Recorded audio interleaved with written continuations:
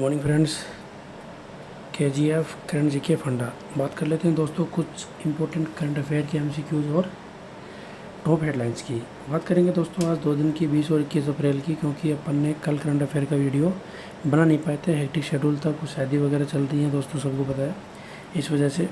तो आज बात कर लेते हैं अपन उसी करंट अफेयर की। पहला प्रश्न है अपना, निम्नलिखित में से किस शहर में देश के पहले पोर्टेबल सोलर रूफटॉप सिस्टम का अनावरण किया है। अनावरण अगर किसी को समझ में नहीं आ रहा हो तो दोस्तों आप यहाँ पे इंग्लिश ट्रांसलेशन देख सकते हैं। यहाँ पे इंग्लिश में लिखा हुआ है। ऑप्शन अपने पास में जयपुर, सूरत, न्यू दिल्ली, मुंबई या गांधीनगर। तो दोस्तों राइट आंसर होगा इसका गांधीनगर। ठीक है, नेक्स्ट की बात कर लेते हैं अपन। भारतीय अमेरिकी शांति सेठी को किस विश्व नेता के रक्षा सलाहकार के रूप में नियुक्त किया गया है। रक्षा सलाहकार होता है दोस्तों डिफेंस एडवाइज़र। विच वर्ल्ड्स लीडर किसको किया गया है। ऑप्शन अपने पास में कमला हैरिस, बोरिस जॉनसन, जोए बिडेन, डोनाल्ड ट्रंप या नन ऑफ दीज। तो राइट आंसर होगा दोस्तों इसका कमला हैरिस। कमला हैरिस के डिफेंस एडवाइज़र, रक्षा सलाहकार के रूप में इनको नियुक्त किया गया है। ठीक है, नेक्स्ट की बात कर लेते हैं अपन। निम्नलिखित में से किसे भारत के अगले सेनाध्यक्ष के रूप में नामित किया गया है। ये दोस्तों इम्पोर्टेंट क्वेश्चन है, आपके किसी भी एग्ज़ाम के लिए ये क्वेश्चन पूछा जा सकता है।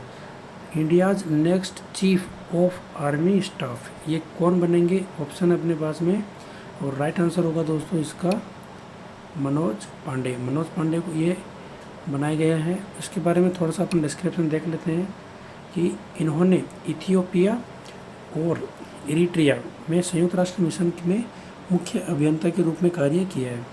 जून 2020 से मई 2021 तक कमांडर इन चीफ अंडमान और निकोबार में कमांड थे। ठीक है दोस्तों, तो ये इम्पोर्टेंट है कि भाई हाँ, ये इन्होंने अपना कार्यकाल किस तरह से व्यक्त किया है और प्रेजेंट में इनको क्या बनाया गया है, India's next chief army staff. ठीक है, नेक्स्ट की बात कर लेते हैं अपन। निम्नलिखित में से किस राज्य ने 12वीं सीनियर पुरुष राष्ट्रीय हॉकी चैंपियनशिप जीती है। दोस्तों किस स्टेट ने जीती है। ऑप्शन अपने पास में राजस्थान, पंजाब, उत्तराखंड, गुजरात और हरियाणा, और राइट आंसर होगा इसका हरियाणा। हरियाणा ने ये चैंपियनशिप जीती है। वेस्ट इंडीज़ के किस क्रिकेटर ने अंतर्राष्ट्रीय क्रिकेट से संन्यास की घोषणा की है। ये दोस्तों कल का लेट नाइट का डिसीजन है ये, और ये अभी IPL से एक न्यूज़ आई थी। IPL से अपने जो इंस्टाग्राम इनका जो पेज है, ट्विटर पे इन्होंने ट्वीट करके ये बताया कि भाई मैंने इंटरनेशनल क्रिकेट से रिटायरमेंट संन्यास ले लिया है। ठीक है, कौन है ये। वेस्ट इंडीज़ के प्लेयर हैं। वेस्ट इंडीज़ के कौन से क्रिकेटर हैं। ऑप्शन अपने पास में, और दोस्तों राइट आंसर होगा इसका कायरन पोलार्ड। कायरन पोलार्ड अभी MI मुंबई इंडियन की टीम से खेल रहे हैं, और ये वेस्ट इंडीज़ के T20 इंटरनेशनल टीम के कैप्टन भी थे। ठीक है, तो इन्होंने संन्यास ले लिया है। भारत में WHO global centre for traditional medicine ये कहाँ पर स्थित है। दोस्तों GCTM की अगर फुल फॉर्म नहीं पता हो तो यहाँ पे आप देख लीजिए, global centre for traditional medicine. ये सेंटर कहाँ पर है। ऑप्शन अपने पास में, और राइट आंसर होगा जामनगर। जामनगर में है ये। कर्नाटक ने निम्नलिखित में से किस क्रिकेटर को ब्रेन हेल्थ इनिशिएटिव के लिए ब्रांड एम्बेसडर नियुक्त किया गया है। ये दोस्तों इम्पोर्टेंट क्वेश्चन है, क्योंकि ये किसके लिए किया गया है, ब्रेन हेल्थ इनिशिएटिव के लिए नियुक्त किया गया। और किसने किया, कौन से स्टेट ने किया है, ये कर्नाटक स्टेट ने किया गया है। ठीक है, यहाँ पे ये आप याद रखिएगा, ब्रेन हेल्थ इनिशिएटिव के लिए और ब्रांड एम्बेसडर बनाया गया कौन से क्रिकेटर को। राइट आंसर होगा इसका रॉबिन उथप्पा। रॉबिन उथप्पा को ये बनाया गया है। ठीक है दोस्तों, नेक्स्ट की बात कर लेते हैं। The boy who watt a constitution, ये एक नई बोल पुस्तक है। ठीक है, ये चिल्ड्रंस बुक है जो रिलीज़ की गई है, कल ही रिलीज़ की गई थी। और इसके ऑथर कौन है, इसके ऑथर कौन है। ऑप्शन है अपने पास में, और राइट आंसर होगा दोस्तों राजेश तलवार।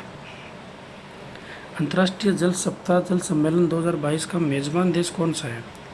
ये इम्पोर्टेंट है। इम्पोर्टेंट इस वजह से है क्योंकि दोस्तों जो भी कन्वेंशन, जो भी समिट, को भी इवेंट होते हैं, उसकी होस्ट कंट्री कौन सी होती है, वो हमेशा इम्पोर्टेंट रहते हैं। ऑप्शन है अपने पास में इंडिया, सिंगापुर, मालदीव, बांग्लादेश या ब्राज़ील। और दोस्तों राइट आंसर होगा इसका सिंगापुर। नेक्स्ट की बात कर लेते हैं अपन, निम्नलिखित में से किस बैंक ने अपनी EPH पहल के लिए वैश्विक सेलेंट मॉडल बैंक पुरस्कार जीता है। ये दोस्तों बैंकिंग रिलेटेड है और बैंकिंग के एग्ज़ाम के लिए पॉइंट ऑफ व्यू से बहुत ज़्यादा इम्पोर्टेंट बन जाता है। तो ज़रूरी नहीं है सिर्फ बैंकिंग के एग्ज़ाम में ही आए, ये हर एक एग्ज़ाम के जो करंट अफेयर होता है, करंट अफेयर का टॉपिक है और करंट अफेयर से रिलेटेड किसी भी एग्ज़ाम में पूछा जा सकता है। ऑप्शन अपने पास में state bank of India, Kotak Mahindra bank, ICI, HDFC या इंडसइंड बैंक। तो राइट आंसर होगा दोस्तों इसका इंडसइंड बैंक, इसको ये अवार्ड दिया गया है। अब EPH के बारे में देख लेते हैं कि ये EPH क्या होता है। EPH की फुल फॉर्म दोस्तों याद रखिएगा, इंटरप्राइज पेमेंट्स हब इसको बोलते हैं। यह भुगतान हब सभी प्रकार के भुगतान निर्देशों और सभी आरंभिक क्लाइंट टच पॉइंट में उत्पन्न होने वाले उच्च लेन देन भार के निर्बाध रूप से संचालित होता है। ठीक है।